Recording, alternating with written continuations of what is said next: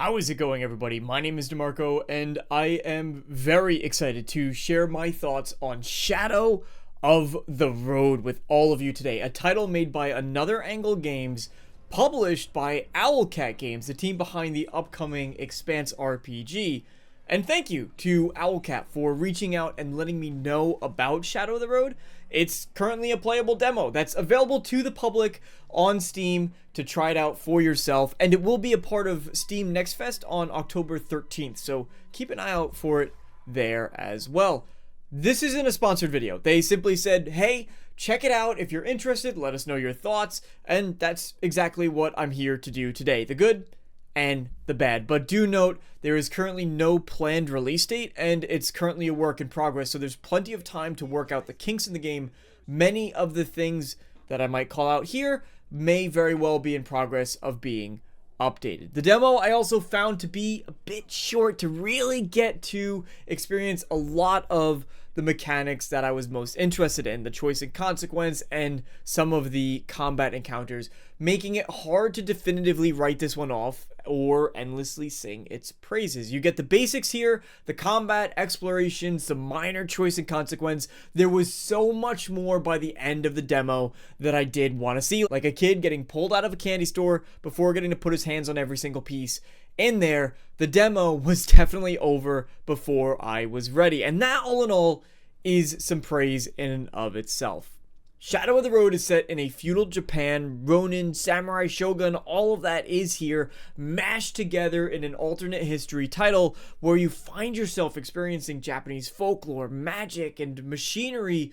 It's as though Wolfenstein, Ghostwire Tokyo, and Baldurs Gate all got together, had a baby. The result would be this game. You play as two samurai, recently turned Ronin, and throughout the game you have the opportunity to influence the paths of the characters you control. You get to play as 4 during this demo. I'm not sure if there's going to be more, but I suspect there will be.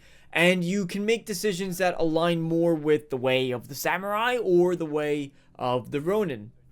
What exactly this results in? This is one of those instances where we didn't get to see enough in the demo. I'm not too sure. I would ideally say that it opens up new dialogue options or story choices if you align more one way or the other, or neither if you keep yourself in the middle for that matter.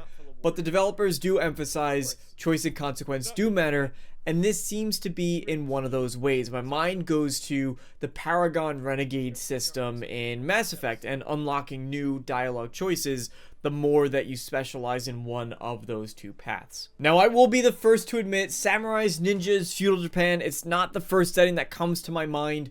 But when you're mixing in the folklore aspects into the world, you have some magic going on, you immediately do gain my attention, and it's easily one of the more interesting aspects of the game, and where it really shines in my opinion. Oh, look at you guys, it's so damn cute, you got little hats. What are you, just dancing legs?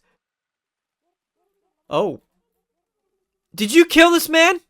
Wandering around and coming across a bunch of umbrella-wielding legs, wondering if you could nab one of those to bring you along in your backpack, or if you tried, they would start ganging up on you and kicking you in the shins. It was much more fun to see those types of encounters rather than just traveling across a plain forest landscape. And it sets a good impression to incentivize more exploration, wondering what weird machination you're gonna find in one direction or in some other direction. But not only that, the game does a fantastic job of letting you learn about these things rather than just assuming you have the knowledge or forcing you into cumbersome game menus, toggling between tabs to the point where you find you're not exactly sure what you were trying to look up in the first place.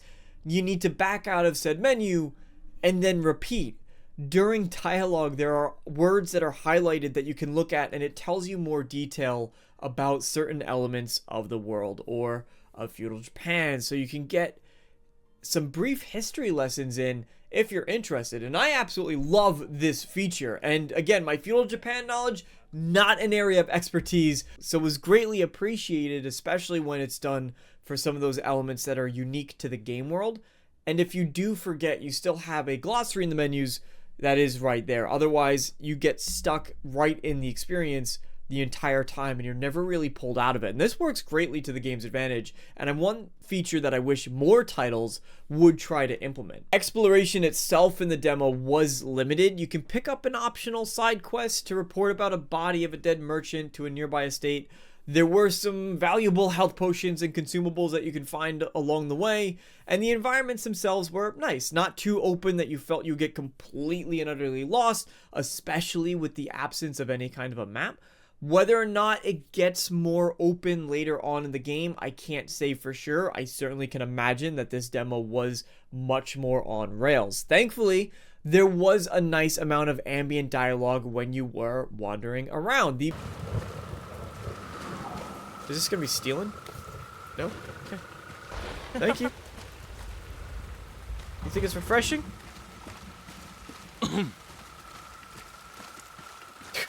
Walk around with your tongue out? What are you, 7? I'm just kidding, I still do that. Go out and catch snowflakes on your tongue when it snows. It's a good time. Moments in between where the characters are speaking to one another, it's a very nice touch, and it kept me wondering, what if I just run around in the rain for a little bit longer, especially for those who like to try and get every single interaction in one of their playthroughs.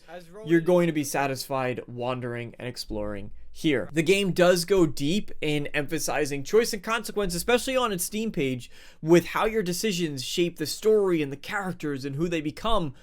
But in some areas, I was wondering how far this will go in the final game. Early on, there is a classic choice to let this person live or to finish him off, and I'm interested to see how each of these would play out later on, because of course you don't see the immediate consequences during the demo. In other cases, there were parts that seemed more on rails than I would have liked. That merchant that I mentioned earlier, after the intro, you come across this cart of goods. Now, when you do find it, you have 0 options to interact with it until you find the body of the owner. Then, and only then, can you take a look through its contents and take it. And you have the option to take all, or some, or none of what's on it. But especially when you have this sort of Paragon Renegade system with the Ronin or Samurai choices, it would have been interesting to see the option to rob the cart right away, and any consequence of doing so. It's the sort of openness that makes a game like Baldurs Gate 3 feel so special,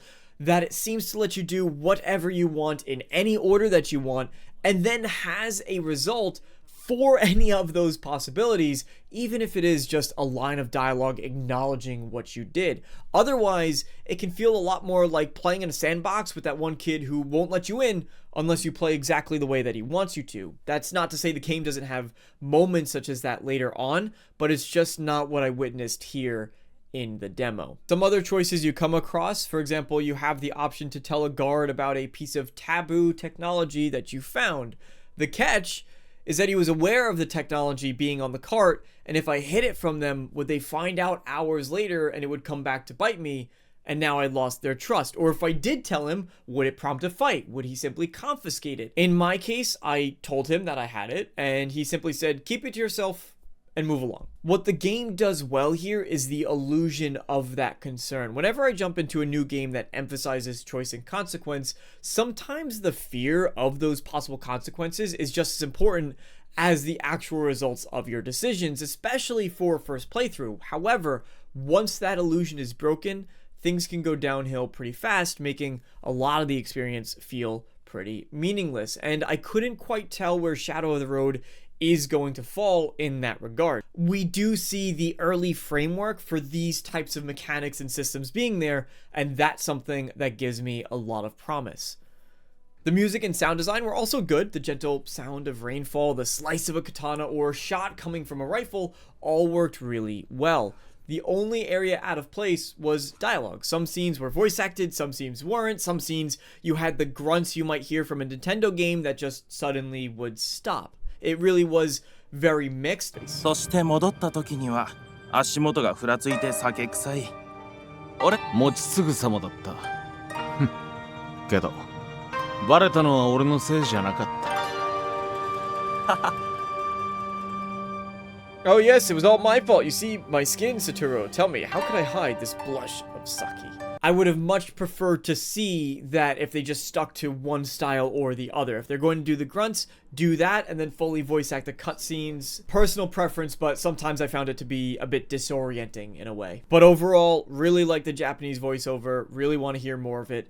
And if they did have the opportunity to fully voice act the game, I would say go for it. When you're not walking around and chatting up to the characters, the next biggest element is the combat. So how does that play out? Well, you get involved in 3 battles throughout the demo and get to play as 4 different characters. What does that look like? Well, combat is turn-based, utilizing a grid-like system. Think of a mix of Baldurs Gate 3 meets XCOM. Each character has a separate pool of movement points and a pool of action points for attacking. And each character has different sets of abilities that they can use those actions. There's also a light cover system with medium and full cover respectively, and in some instances you can break that cover in order to expose enemies for future attacks, which I really like to see that system.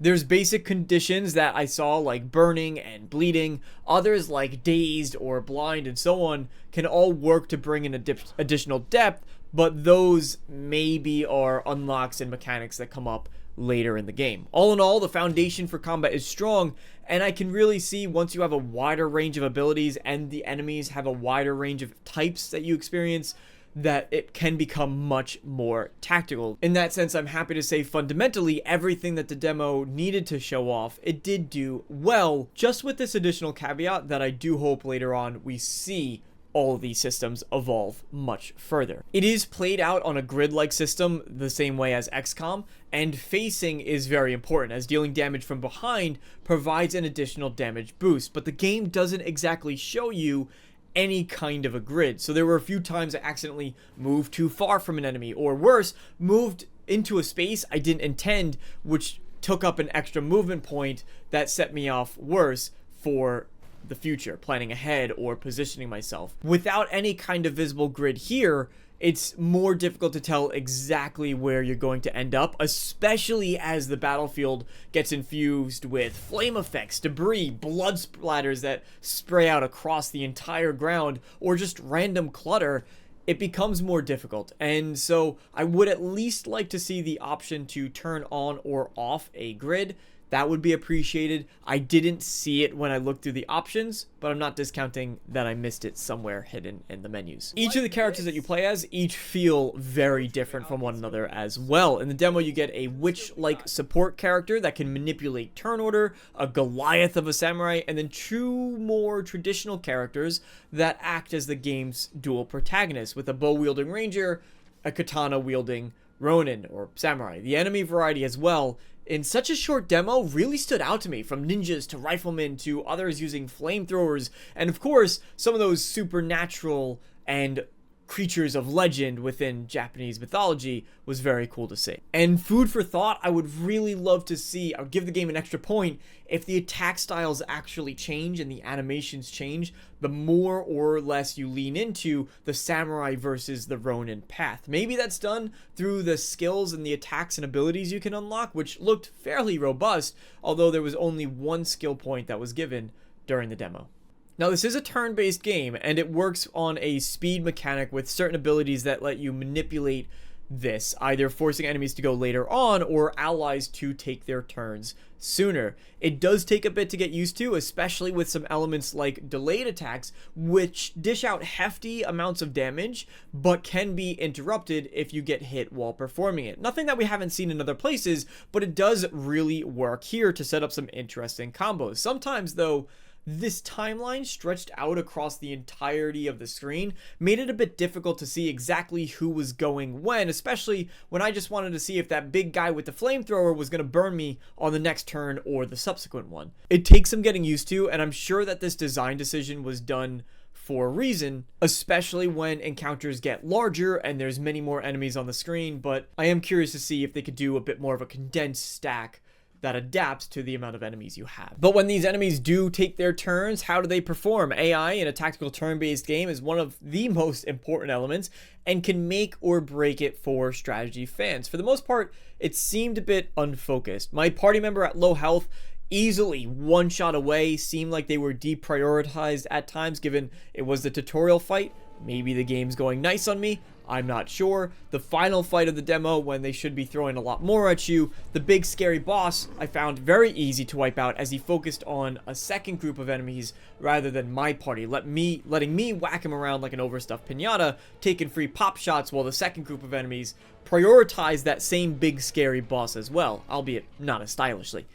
Now, these were tutorial fights. It certainly was not enough time to understand how the enemy AI exactly prioritizes their targets, but it is certainly an element in the game that I would polish and then polish again. If not done properly, can make dramatic moments and very visceral fights feel rather underwhelming as the monster floats past you to kill some unnamed grunt, making you question if he's just simply not scared of you, he thinks you're not worth its time, or he's just flat out dumb. And last is bugs, and I certainly did have a few. A weird one where a character during a scene decided he wanted to be invisible. I actually thought it was kind of funny at first. I thought he was hiding and crying away in a corner begging for his life, but no, he was supposed to be there. Another where I wasn't actually able to move during combat. I needed to select an attack, then deselect it, and then I was able to move around. A minor inconvenience, but one that might already be planned to be fixed in a future patch. Other than that, the game ran smoothly, no hiccups on the technical front as far as performance or frame rates, which is usually not common for this type of game, but it was nice to see, especially as we see a slew of Unreal Engine games coming out and being a bit messy on that front. Overall, Shadow of the Road shows a lot of promise. It takes cues from all the right places. It has a very solid foundation in its world building, its story, its characters, and the combat, but also the short time with the game really doesn't show how tactical the combat may become or how varied the consequences of my decisions may be. That is the element that I think will either make or break this game. If you're a fan of this style of tactical RPGs, I would definitely keep a close eye. As mentioned, you can try out the demo for yourself. I'll leave a link to it down in the description below to Steam. Thank you all again so much for watching, and thank you to Owlcat for letting me know about Shadow of the Road. If you do try it out, be sure to come back and let me know your thoughts down in the comment section below. But that will be all for today. Thank you so much, everybody, and I hope to see you all next time. So long, everybody.